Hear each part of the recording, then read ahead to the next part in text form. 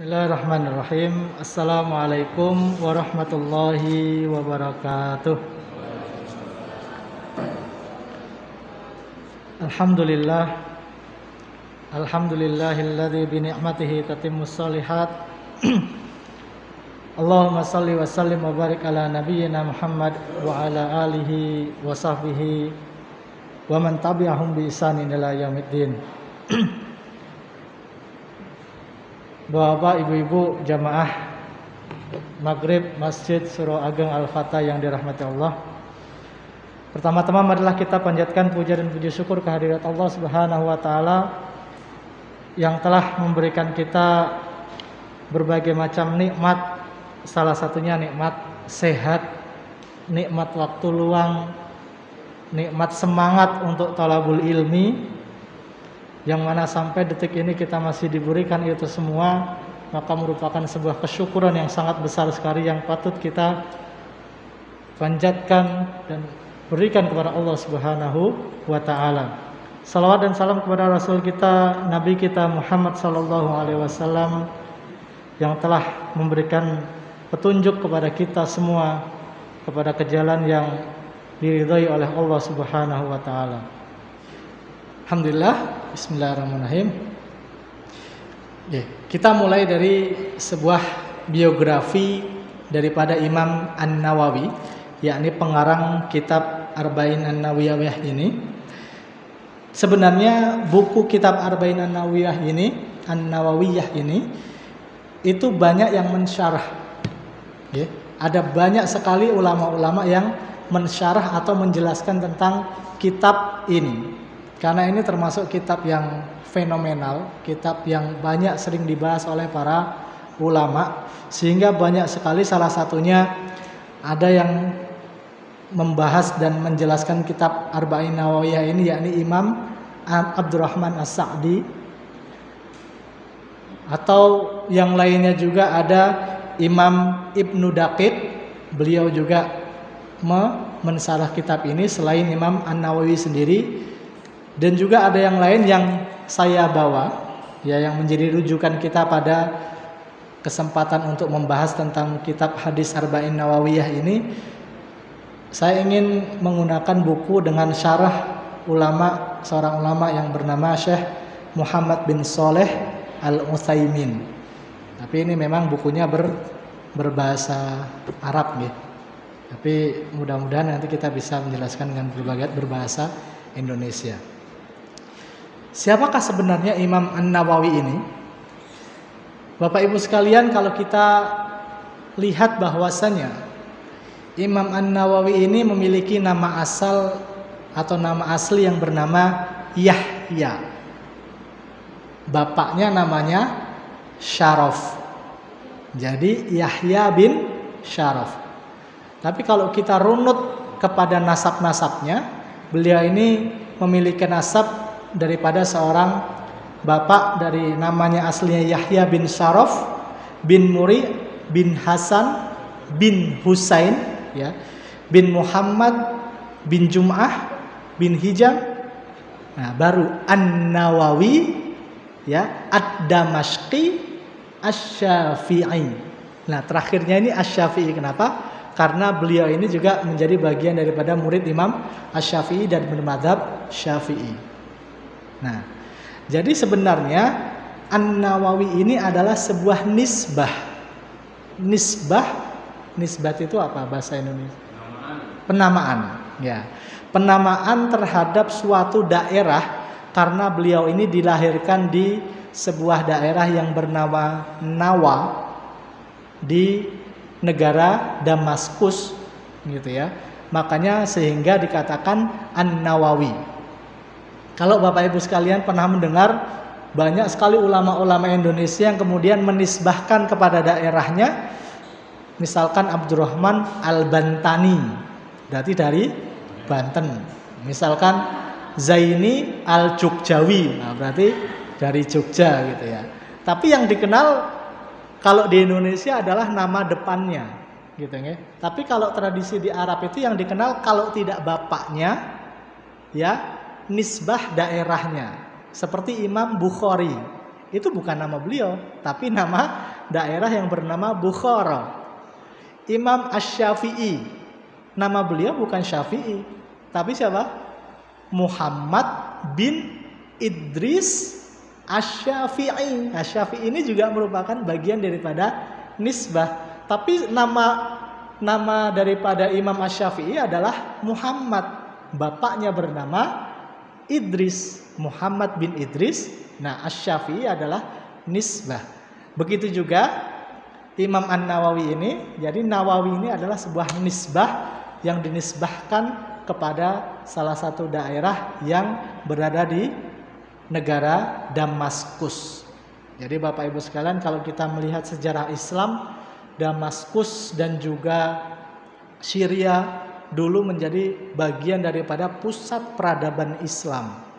Terlahir dari sana banyak sekali ulama-ulama ya, yang menghasilkan ulama yang memberikan banyak sekali buku-buku yang menjadi rujukan daripada ulama saat ini. Nah, beliau lahir pada bulan Muharram, jadi awal tahun ya, pada tahun 631 Hijriah atau bertepatan dengan 1233 Miladiah. Dan kalau kita lihat umur beliau itu tidak panjang, karena beliau wafat pada tahun 676 Miladiah Hijriah atau 1278 Miladiah. Jadi kurang lebih umur beliau itu sekitar 45 tahun. Bapak Ibu berapa umur kira-kira nih? Lebih dari 40 ya? Lebih dari 40 tahun ini. Tapi 45 tahun beliau itu betul-betul sangatlah produktif. Bayangkan banyak sekali karya-karya beliau ya, yang menjadi rujukan ulama saat ini. Salah satunya apa?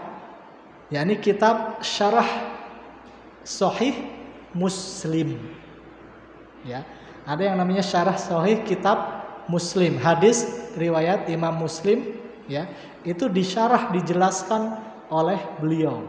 Belum lagi kitab yang namanya Riyadhus Shalihin, itu juga karya beliau dan sangat fenomenal juga, gitu ya. Salah satunya ya ini kitab Arba'in An-Nawawiyah, ya. Ada Minhajut Thalibin, ada Raudhatut Thalibin, dan masih banyak lagi karya-karya beliau. Padahal umurnya sekitar 45 tahun saja.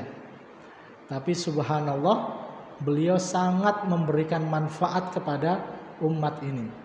Maka betul-betul beliau itu termasuk salah satu ulama yang khairun nasi anfa'uhum linnas. Jadi sebaik-baik manusia itu yang bermanfaat untuk manusia yang lainnya. Dan beliau betul-betul mempraktekannya.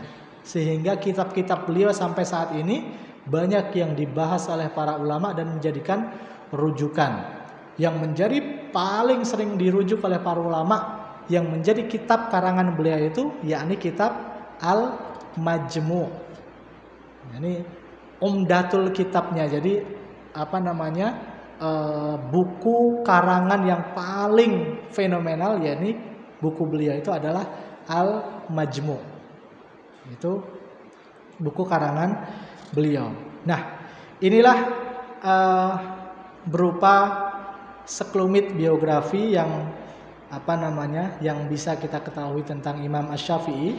Tapi kalau kita telisik lagi masih banyak lagi, yakni tentang beliau, bahwasanya beliau itu ulama yang faqih di bidang hadis dan fikih. Jadi banyak sekali buku-buku beliau itu juga berkaitan dengan itu semua. Baik, Bapak Ibu sekalian, jadi kemudian kita masuk kepada hadis yang pertama. Yani dalam hadis ini beliau itu memasukkan hadis yang berkaitan dengan niat. Maka kalau kita lihat semua buku hadis dari Imam Sahih, Imam Bukhari, Muslim, Tirmidzi, Nasa'i dan yang lainnya pasti memulainya dari kitab niat. Nah, ini karena saking pentingnya perkara niat ini, dan niat ini menjadi salah satu perkara yang menjadi pokok daripada ajaran Islam. Itu adalah niat. Gitu ya. Hadis yang pertama yakni diriwayatkan dari Umar bin Khattab. Mungkin saya bacakan dahulu. An Amiril Mukminin Abi Hafsin Umar bin Khattab radhiyallahu anhu ta'ala qala sami'tu Rasulullah sallallahu alaihi wasallam yaqul innamal a'malu binniyat wa innamal likulli imri'in ma nawa faman kanat hijratuhu ilallahi wa rasulihi fahijratuhu ilallahi wa rasulihi wa man kanat hijratuhu lidunya yusibuha aw imra'atin yanqihuha fahijratuhu ila ma hajara ilaihi. Nah, kalau kita lihat Bapak Ibu sekalian, kita lihat pertama kali dari sanad. Sanad itu yang meriwayatkan hadis. Di sini dikatakan an Amirul Mukminin Abi Hafsin. Jadi yang meriwayatkan hadis ini adalah seorang Amirul Mukminin, pemimpin daripada kaum muslimin semua, Abu Hafsin. Siapakah Abu Hafsin ini? Nah, ada suatu budaya di Arab, di Timur Tengah. Mereka itu ada 3 hal yang harus kita ketahui Bapak Ibu. Yang pertama tadi adalah nisbah. Nisbah itu adalah sebuah penempatan tadi ya, kepada kota, kepada daerah tertentu. Nah, ini ada Abi Hafsin. Nah, ini dalam budaya Arab itu disebut dengan yang namanya kunyah. Kunyah gitu ya. Kalau kita bilang kunyah, tapi kalau dalam bahasa Arab kunyah. Ya, kunyah ini apa? Kunyah ini adalah sebuah nama panggilan, yakni sebuah penghormatan yang diberikan kepada seseorang yang biasanya dinisbahkan kepada seseorang yang memiliki anak tertuanya. Misalkan saya memiliki seorang anak yang bernama Ukasyah. Itu ya, anak pertama saya namanya Ukasyah. Berarti saya menjadi namanya Abu Ukasyah. Tapi tidak menuntut kemungkinan kalau seandainya kita juga bisa mengambil anak yang kedua atau ketiga. Misalkan anak kedua saya namanya Sofia, maka bisa dikatakan juga sebagai ya Aba atau Abu Sofia. Nah, ini yang namanya kunyah, gitu ya. Kunyah dalam Arab itu. Biasanya kalau kita lihat ustadz-ustadz di Indonesia juga banyak yang menamakan dirinya dengan itu. Ada Abu Muhammad, Abu Ahmad, ada Abu Nida, dan yang lainnya. Nah, ini adalah kunyah. Mungkin Bapak Ibu sekalian bisa menggunakan itu ya. Tapi memang itu sesuatu yang jarang untuk di Indonesia ini, menjadi sebuah budaya seperti masih jarang. Yang pertama tadi adalah nisbah, yang kedua kunyah. Nah, yang ketiga ini ada yang namanya laqab. Laqab itu adalah sebuah gelar penghormatan. Dan di Indonesia ada. Kalau di Arab itu ada yang namanya Muhammad sebagai, Rasulullah itu sebagai Al-Amin, Abu Bakar As-Siddiq. Nah, ini adalah sebuah penghormatan atau gelar yang disematkan kepada seseorang. Itu namanya laqab. Di Indonesia, nah, biasanya ada Siregar. Kemudian ada Nainggolan. Nah, ini bagian daripada itu.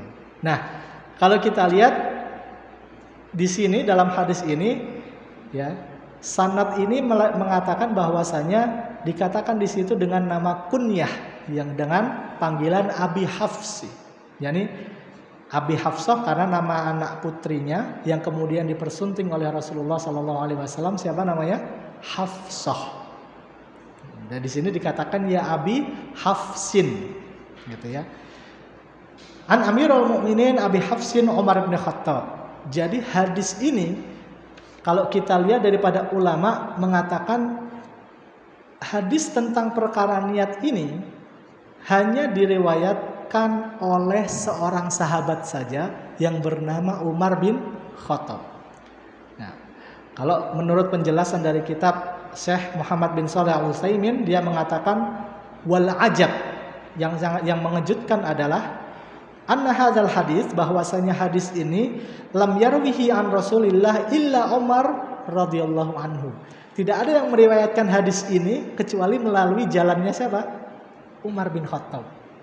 Jadi salah satu kelebihan sahabat Umar bin Khattab inilah yang bisa meriwayatkan hadis ini.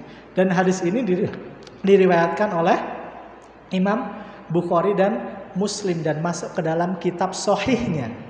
Meskipun yang meriwayatkan hanya satu sahabat saja yang mendengar, gitu ya. Maka sering disebut dengan yang namanya hadisul ahad. Ya. Karena yang meriwayatkan satu orang saja. Ya. Kemudian dikatakan qala sami'tu Rasulullah sallallahu alaihi wasallam. Nah, beliau di sini mengatakan sami'tu. Ketika dikatakan sami'tu, sebentar. Ketika dikatakan di sini adalah sami'tu, ya, itu dalil bahwanya Umar bin Khattab ini mengambil langsung, ya, dan mendengar langsung dari siapa? Rasulullah Sallallahu Alaihi Wasallam. Jadi langsung beliau itu mendengarnya Rasulullah mengucapkan seperti itu bila wasitoh, tanpa perantara. Jadi langsung didengarnya dari Rasulullah hadis ini oleh Umar bin Khattab radhiyallahu anhu. Nah, kemudian kita masuk ke dalam matannya. Innamal a'malu binniyat wa innamal likulli imri'in ma nawa. Sesungguhnya setiap amalan itu tergantung daripada niatnya. Dan sesungguhnya likulli imri'in ma nawa. Segala sesuatu itu akan diberikan pahala tergantung daripada niat orang yang melakukannya. Nah, di sini Rasulullah Shallallahu Alaihi Wasallam seakan-akan memberikan sebuah ketegasan. Ya, kalau dalam bahasa Arab ketika dimulai dengan innama itu sebuah penegasan. Jadi innamal a'malu binniyat, sesungguhnya, ya, setiap amalan itu tergantung daripada niatnya. Jadi penegasan di sini berbeda. Kalau dalam bahasa Arab itu misalkan Zaidun qaimun, Zaid itu berdiri.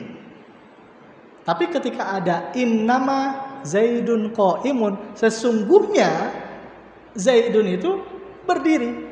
Ada sebuah penegasan tertentu ketika menggunakan kata innama. Maka dalam hadis ini Rasulullah menegaskan sesungguhnya, ya, setiap amalan itu tergantung daripada niatnya. Ya. Maka setiap perkara itu diberi pahalanya sesuai dengan apa yang diniatkan oleh orang yang meniatkan. Nah, kita artikan dulu ya. Faman kanat hijratuhu ilallahi wa rasulih, dan barang siapa yang hijrahnya, yang dia berhijrah, yang niatnya itu untuk Allah dan Rasulnya, fahijratuhu ilallahi wa rasulih, maka dia akan mendapatkan pahala sebagaimana yang ia niatkan untuk apa? Hijrah kepada Allah dan Rasulnya. Dan barang siapa yang hijrahnya itu untuk mendapatkan dunia, ya, atau imro'atin yang kihuha, atau seorang perempuan yang ingin ia nikahi. Jadi karena banyak orang itu hijrah itu karena sebuah perkara mengejar dunia. Maka ketika dia mengejar dunia, maka hanya itulah yang dia dapatkan. Yang dia inginkan, pengen menikahi seorang perempuan, ya itu saja yang dia dapatkan, maka tidak lebih dari itu. Menginginkan dunia, harta dan isinya, maka itu yang dia dapatkan. Tapi ketika hijrahnya kepada Allah dan Rasulnya, maka dia tidak hanya mendapatkan dunia, tapi juga mendapatkan apa? Keridhaan dari Allah Subhanahu wa Ta'ala. Nah, Bapak Ibu sekalian, dalam sebuah hadis ini, ya, dikatakan bahwasannya kenapa kok ketika hadis yang mengatakan faman kanat hijratuhu ilallah wa rasulihi itu diulangi kemudian fahijratuhu ilallahi wa rasulihi, ya kan? Tapi di yang setelahnya fam kanat hijratuhu lidunya yusibuha, awim ra'atin yankihuha fahijratuhu ila ma hajara ilaihi. Tapi tidak diulangi dengan fahijratuhu lidunya walim ra'atin yankihuha. Tidak diulangi. Kenapa kok tidak diulangi? Kalau beliau di sini mengatakan bahwasanya ini adalah tahkiron liman hajara ilaihi hadzal rajul. Ini sebuah penghinaan, sebuah perendahan terhadap seseorang yang ketika dia berhijrah itu hanya untuk mengejar dunia. Maka dalam konteks isi hadisnya, Rasulullah tidak mengulangi kalimat yang sama, tapi hanya mengatakan fahijratuhu mahajaro ilaihi. Tapi kalau yang ilallah wa rasulihi kan tadi dua kali disebutkan. Maka ketika seseorang itu hijrahnya hanya untuk dunia dan perempuan yang ingin dia nikahi ini sendiri, maka dia seakan-akan merendahkan orang tersebut. Nah, ini yang disampaikan dan dijelaskan oleh beliau. Nah, ada beberapa kisah daripada hadis ini. Memang yang pertama kisah dalam sebuah hadis yang diriwayatkan juga oleh Imam Bukhari, yakni tentang dari salah seorang sahabat yang bernama Ma'an bin Yazid. Jadi Ma'an bin Yazid, beliau ini adalah seorang sahabat yang pernah suatu ketika Yazid, berarti bapaknya Ma'an, ya. Yazid ini pernah suatu ketika pergi ke masjid. Nah, ketika pergi ke masjid, kemudian seperti biasa, sebagaimana kita juga kalau masjid kan memasukkan uang untuk sedekah. Yazid ini ingin bersedekah, tapi sedekah yang dia lakukan ini inginnya untuk diwakilkan oleh orang lain. Sehingga misalkan dia mengambil uang, kemudian uangnya itu diletakkan di sampingnya, bukan dimasukkan ke kotak infak, katakanlah kalau sekarang ya. Kalau dulu memang tidak ada kotak infak. Katakanlah ini diletakkan di sampingnya. Tujuannya apa? Tujuannya adalah supaya orang lain itu bisa mengambilnya dan kemudian mensedekahkannya. Maksudnya katakanlah memasukkannya ke kotak infak. Dan orang yang memasukkan itu mendapatkan pahala tidak? Mendapatkan pahala. Intinya bisa berbagi dalam pahala yang ingin ia bagi. Akan tapi apa yang terjadi ketika beliau meletakkan uang di sampingnya, ya, Ma'an ini, anaknya ini kemudian mengambil uangnya. Setelah uangnya ini diambil, ya, setelah selesai dari sholatnya, Ma'an ini berkata kepada bapaknya, "Wahai abati, wahai ayahku, aku tadi melihat uangmu ini terjatuh dan aku ambil di masjid." Akhirnya bapaknya pun marah. "Uang itu bukan aku peruntukkan untukmu," katanya, "tapi untuk siapa? Untuk sedekah, tapi diambil oleh Ma'an." Akhirnya keduanya berjalan kepada Rasulullah SAW dan kemudian katakanlah curhat kepada Rasulullah, menyampaikan apa yang terjadi pada saat itu. Akhirnya Rasulullah SAW pun mengatakan "Wahai Yazid, laka manawaita, bagimu apa yang kamu niatkan," karena niatnya tadi sedekah, maka dia mendapatkan pahala daripada sedekahnya. "Walaka ya Ma'an, laka ma akhatta," bagimu apa yang kamu ambil. Jadi si Ma'an tadi mengambil mengambil duitnya, ya sudah, itu menjadi haknya si Ma'an. Akan tetapi bapaknya tetap mendapatkan pahala daripada sedekahnya. Meskipun sedekahnya tidak jadi dilakukan. Karena apa? Karena hartanya diambil oleh anaknya sendiri. Nah, ini beberapa penjelasan tentang innamal a'malu binniyat, bahwasanya perkara ini tergantung daripada niatnya. Bahkan ada lagi sebuah hadis juga yang diriwayatkan oleh Imam Bukhari, yakni sanadnya diriwayatkan dari Aisyah radhiyallahu anha. Pernah suatu ketika Rasulullah itu bercerita kepada Aisyah tentang bahwasanya adanya sebuah pasukan yang ingin menghancurkan Ka'bah. Akhirnya apa yang terjadi? Kemudian sesampainya mereka di suatu desa, ya, orang-orang yang ingin menghancurkan Ka'bah ini, ketika mereka sampai di suatu desa, akhirnya ketika mereka tengah beristirahat, Allah Subhanahu wa taala murka dan membalikkan mereka dan menelannya ke dalam bumi. Semuanya. Kemudian Aisyah radhiyallahu anha pun bertanya, "Ya Rasulullah, bagaimana dengan masyarakat yang dia tidak punya niat untuk menyerang Ka'bah, tapi dia ikut terlaknat?" Ya karena apa?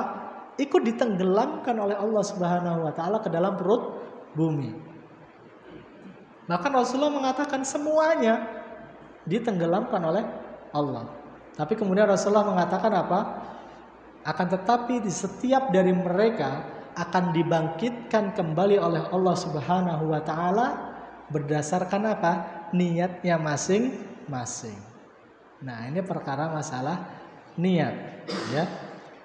Nah, ini beberapa kisah yang berkaitan dengan masalah niat. Nah, kemudian kita masuk ke dalam sesuatu yang lebih spesifik. Innamal a'malu binniyat. Di sini dikatakan innamal a'mal. Apa sih a'mal ini? A'mal ini kan merupakan jamak daripada amal. Nah, amal itu adalah sebuah perbuatan. Nah, kalau kita lihat yang namanya amal ini bisa mencakup yang namanya amalan hati atau a'malul qulub, ada yang namanya a'mal lisan atau nutqi, yang ketiga ada yang namanya amalun jawarih. Amalun jawarih atau sebuah pekerjaan atau perbuatan yang dilakukan oleh tubuh kita, tangan kita, kaki kita, itu dinamakan dengan jawarih. Nah, adapun niat, ya, para ulama sepakat bahwasanya niat itu mahalluha qalb. Mahalluha itu apa? Tempatnya itu ada di hati. Maka setiap perkara ketika kita mau sholat, mau wudhu, mau melakukan apapun tergantung daripada niatnya. Maka niat ketika itu menjadi bagian dari pekerjaan hati, maka sebenarnya niat itu tidak perlu diucapkan, gitu ya. Karena pekerjaan hati, misalkan kita mau wudhu, maka tidak perlu mengucapkan nawaitul wudhu'a, atau mau sholat usolli fardal isya'i, tidak perlu, karena itu perbuatan hati. Cukup kita ini kan niat kita ini kan kita sedang berniat, kita sedang berinteraksi dengan Allah Subhanahu wa taala yang Maha mengetahui apa yang ada di dalam hati kita. Maka itu cukup. Lantas bagaimana dengan niat orang yang pergi haji umroh? Kan diucapkan labbaik Allahumma hajjan. Itu niatnya. Labbaik Allahumma umrotan, kalau pengen umroh, itu disebutkan. Nah, ketika kita mengucapkan niat ketika haji atau umroh dengan labbaik Allahumma umrotan atau labbaik Allahumma hajjan, para ulama mengatakan itu sebenarnya bukanlah niat, tapi itu merupakan bagian daripada syiar Islam. Sebagaimana kita takbir Allahu Akbar, itu kan disuarakan, gitu ya. Maka sebagaimana kalau kita ingin berhaji dengan umroh, maka kita suarakan itu sebagai bagian daripada syiar Islam. Maka itu sebenarnya sebagian ulama mengatakan itu bukanlah niat, ya, karena niat itu tempatnya di hati, maka tidak perlu diucapkan secara lisan. Nah, lantas kita masuk ke dalam beberapa faedah langsung, ya Bapak Ibu sekalian. Maka perkara niat ini sebenarnya bisa membedakan mana sih sesuatu yang namanya ibadah, mana yang namanya kebiasaan. Kalau ini beberapa ahlul ilm, sebagian para ulama itu mengatakan begini, ibadatu ahlul ghaflah adatun wa adatu ahlul yaqzah ibadatun. Ibadahnya orang-orang yang lalai, ya, itu menjadi sebuah seakan-akan kebiasaan. Akan tetapi kebiasaannya orang-orang yang sadar, orang-orang yang ngerti, itu bisa menjadi sebuah ibadah. Contoh, ketika Bapak Ibu minum, ini kan kebiasaan kita minum, betul tidak? Tapi ketika niat kita minum, kemudian kita lillahi ta'ala, dan tujuannya untuk mempertahankan hidup kita, maka ini menjadi sebuah bentuk ibadah, maka bernilai pahala, gitu ya. Tapi ketika sebuah ibadah, kita sholat, wudhu, ya masuk masjid misalkan kan ibadah, tapi seringkali kita lalai perkara niat, sehingga ibadah yang kita lakukan itu seakan-akan menjadi sebuah kebiasaan. Akhirnya kebiasaan itu tidak memiliki nilai pahala. Kenapa? Karena kita lupa perkara niat. Nah, karena itu mungkin hal yang sepele tapi seringkali kita lupakan. Maka para ahlul ilm tadi mengatakan apa? Orang yang ahli ibadah itu, ya ketika dia lalai menjadi sebuah kebiasaan, maka dia tidak akan pernah mendapatkan apa? Mendapatkan pahala itu sendiri. Ya, itu sebagaimana contoh tadi, atau orang yang di sini dicontohkan dengan orang yang mandi.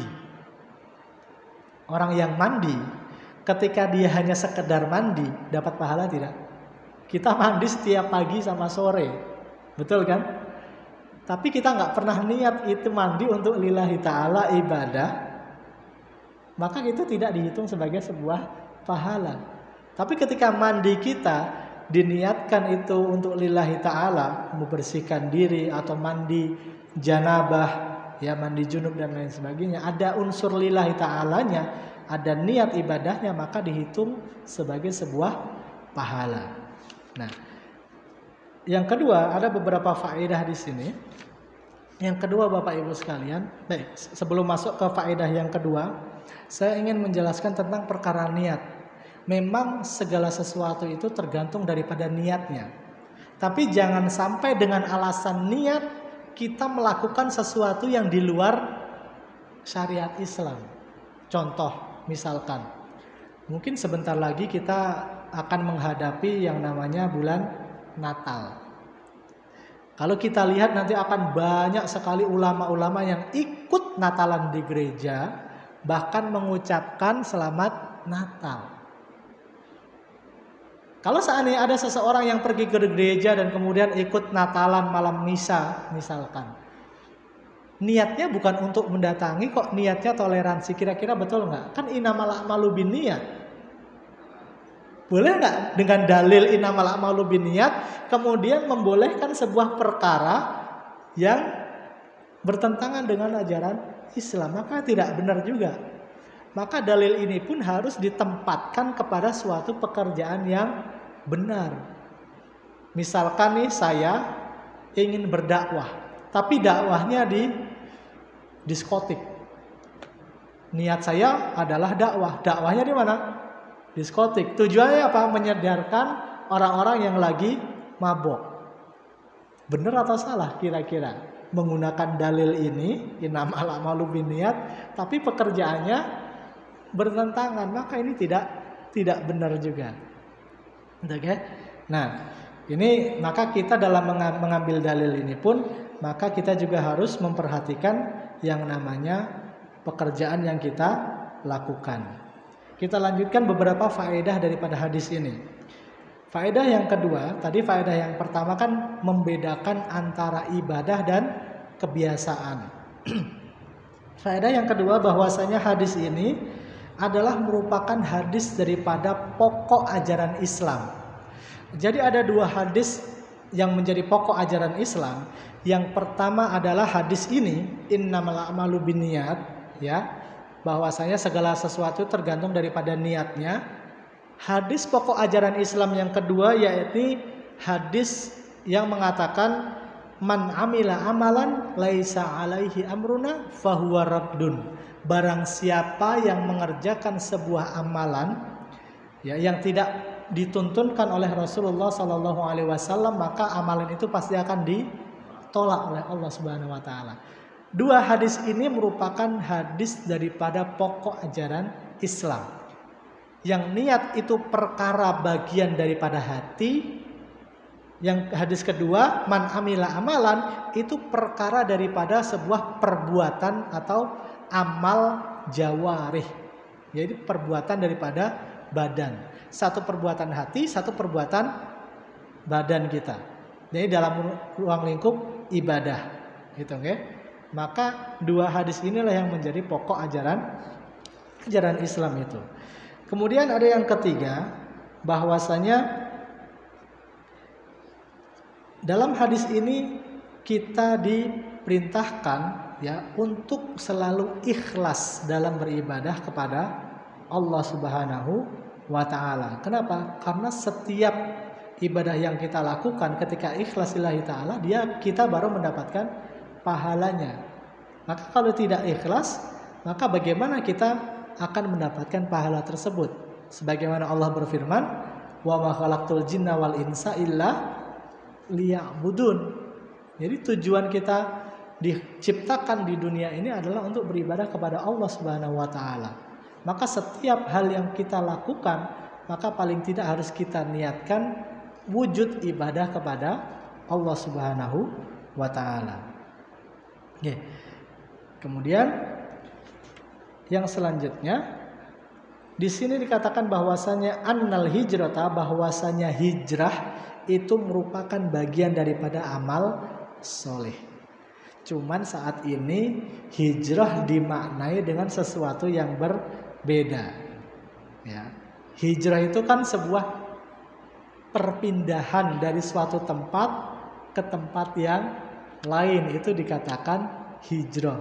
Tapi sekarang kalau kita melihat para artis, ya, hijrah itu dari suatu kebiasaan ke suatu kebiasaan yang lain. Mungkin kalau secara bahasa tidak menjadi masalah gitu ya. Maksud dan tujuan daripada hijrah tersebut adalah menjadi manusia yang lebih baik. Maka tidak menjadi masalah mudah-mudahan, karena itu semua bagian daripada amal soleh. Nah, ini adalah beberapa hal yang berkaitan dengan berkaitan dengan niat. Atau mungkin satu lagi di sini saya ingin menjelaskan tentang bahwasanya ketika Rasulullah Shallallahu Alaihi Wasallam mengatakan ada kata wow. Jadi innamal a'malu binniyat wa innama, ada kata wa. Wow di sini adalah sebuah perkara yang mana kalau di dalam syariah kita ini merupakan sebuah pengikut. Jadi kalau dikatakan gini, ati Allah wa atiur Rasul, maka itu boleh ketika ini ruang lingkupnya adalah syariat. Jadi diikuti dengan wow, setelah Allah baru Rasul. Tapi ketika ini perkara dunia, ketika saya tanya kira-kira nanti jam 8 hujan enggak ya, kita selalu mengatakan wallahu a'lam. Tapi boleh nggak kita mengatakan Allah wa rasuluhu a'lam? Boleh tidak? Jam 8 hujan nggak? Allah wa rasuluhu a'lam. Boleh tidak Bapak Ibu kira-kira? Allah dan Rasulnya lebih mengetahui. Nggak boleh. Ini perkara dunia bukan syariah. Maka tidak boleh kita membawa wow itu dengan tambahan dengan Rasul. Tapi hanya cukup dengan Allahu a'lam. Kenapa? Karena memang Rasulullah sudah tidak ada. Tapi ketika Rasulullah di zaman itu masih hidup, maka itu diperbolehkan. Gitu, ya? Nah, ini beberapa faedah di dalamnya. Ya, mudah-mudahan apa yang sedikit ini bisa bermanfaat untuk kita semua. Insya Allah kita lanjutkan kajian ini di bulan depan. Mari kita tutup dengan membaca hamdalah dan doa kafaratul majlis. Alhamdulillahirabbil alamin. Subhanakallahumma wa bihamdika asyhadu an la ilaha illa anta astaghfiruka wa atubu ilaik. Assalamualaikum warahmatullahi wabarakatuh.